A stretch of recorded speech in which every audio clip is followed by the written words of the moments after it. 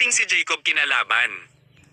Ang talatang ito ay mababasa sa Genesis Kapitulo 29 hanggang 30. Nagpatuloy si Jacob sa kanyang paglalakbay hanggang sa dumating siya sa lupain ng mga taga-silangan.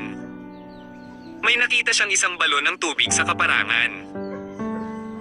Sa paligid nito'y may 3 kawan ng mga tupang nagpapahinga sapagkat doon pinapainom ang mga ito. Ang balon ay may takip na malaking bato at binubuksan lamang ito kapag papainumin na ang mga tinipong kawan. Matapos painumin ang mga ito, muli nilang tinatakpan ang balon.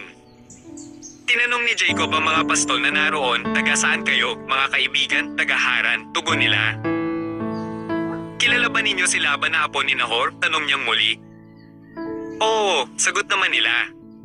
"Kumusta na siya?" Tanong pa niya. "Mabuti," sabi naman nila. Hayon at dumarating si Rachel, ang anak niyang dalaga.